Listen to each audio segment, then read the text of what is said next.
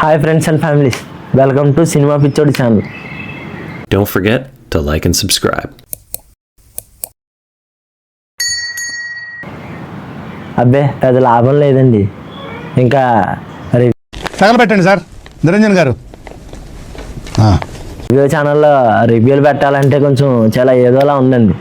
ఎందుకు ఈ మాట అంటున్నానంటే ఇప్పుడే ఇందాకే లైలా సినిమా చూసి వచ్చానండి. ఈ నీరసం అందువల్లే వచ్చింది. ఎందుకు అలా నీరసం వచ్చింది అంటారనుకుంటే సినిమా స్టార్టింగ్ నుంచి ఎండింగ్ దాకా ఒకటే రాడ్ అండి. అది ఎలాంటి రాడ్ అనుకున్నారో 60-90 mm రాడ్ కాదండి, 120 mm రాడ్ సీటు కింద పెట్టినట్టు అనిపించింది.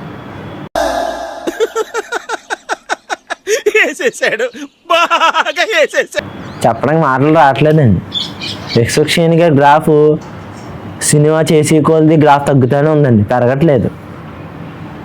అసలు హీరోయిన్ ఎందుకు పెట్టారు అంటే తెల్లతోలు పొట్టుపొట్టి కట్టలేస్తాం చూస్తే జనాలు చూసేస్తారు అన్నట్టుగా పెట్టారండి. ఇంకా హీరో మన విశ్వక్షేణ్ గారు అసలు లైలా అంటే ఏంటంటే ఆయన ఒక మోడల్, అలానే ఆడ గెటప్ ప్లేస్ చూపించారు. ఆ గెటప్ ఏమన్నా బాగుందంటే అది కొంచెం వాళ్ళ గెటప్పే బాగుందండి. అసలు ఎందుకు తీశారో సినిమా తెలియదండి.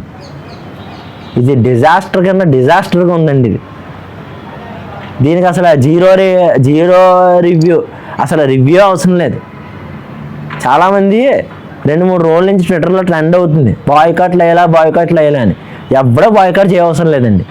మధ్యాహ్నం అయ్యేటప్పుడు సీట్లు ఖాళీగా ఉంటే మీకు ఏదైనా పని పాట లేకుండా మా ఇంట్లో ఏసీ లేదు, థియేటర్కి వెళ్ళి పడుకోవాలంటే ఈ సినిమా టికెట్లు బుక్ చేసి వెళ్ళి పడుకోండి శుభ్రంగా.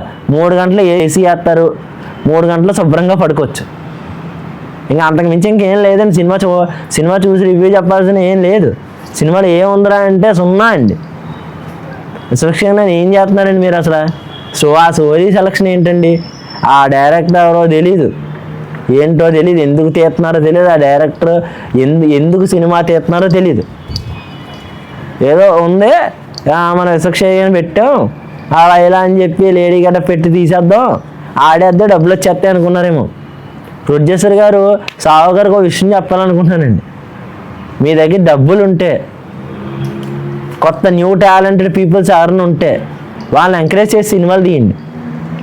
అంతేగాని ఇలాంటి సినిమాలు తీసి మీరు డబ్బులు పోగొట్టుకోవద్దండి. దీనివల్ల మీకు లాస్.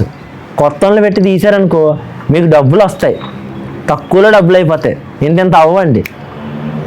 మీరు అలా 50 కోట్లు 100 కోట్లు అవుతుంది అన్నట్టుగా చూసుకున్నారనుకో ఈ సినిమాకి ఎంత అయిందో అంత నాకు తెలీదు.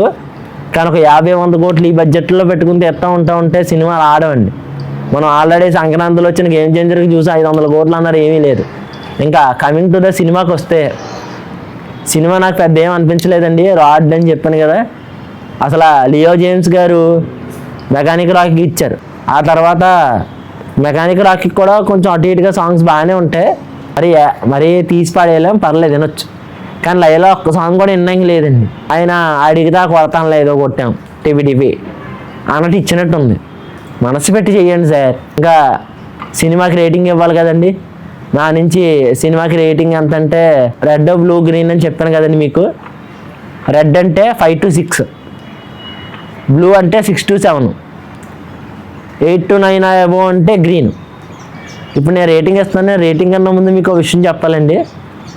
ఇప్పుడు ఏంటంటే మన ఛానల్లో వీడియోస్ చాలా రెగ్యులర్గా పోస్ట్ అవ్వట్లేదు. నేను చాలాసార్లు చెప్తానే ఉన్నాను, నాకు కొంచెం బిజీగా ఇంట్లో వర్క్ అది ఉందండి, కొంచెం వేరే పనులు, దానివల్ల నాకు కుదరట్లేదు. మీరు కొంచెం అర్థం చేసుకుంటారు అనుకుంటున్నాను. ఇంకొక విషయం ఏంటంటే పైన మన ఛానల్ నెక్స్ట్ ఈ తర్వాత వచ్చే వీడియోస్ నుంచి ఇంకా మన ఛానల్ లైక్ చేసి సబ్స్క్రైబ్ చేసుకోండి నేను చెప్పనండి. ఎందుకంటే మీరు ఆడియన్స్, మీరు చూస్తున్న వాళ్ళకి మీకు నచ్చితే కంటెంట్ కనుక మీరు మన ఛానల్ సబ్స్క్రైబ్ చేసుకుంటారని నమ్మకం. మీరు ఇంకా నేను నెక్స్ట్ వీడియో నుంచి అయితే మిమ్మల్ని అడగనండి. జస్ట్ ఓన్లీ మన ఇంట్రోలో మాత్రం వస్తుంది. అలాగా నేనైతే నోరు చేసి మిమ్మల్ని అడగను. ఇంకా మనం రేటింగ్ ఎంత అంటే నేను 10కి 1.0 రేటింగ్ ఇద్దాం అనుకుంటున్నానండి. మీరు ఎంత రేటింగ్ ఇద్దాం అనుకుంటున్నారో, లేదంటే మీరు చూసారో లేదా కింద కామెంట్ సెక్షన్లో చెప్పండి. మరో వీడియోతో మీ ముందుకు వస్తానండి. ఉంటానండి, బాయ్.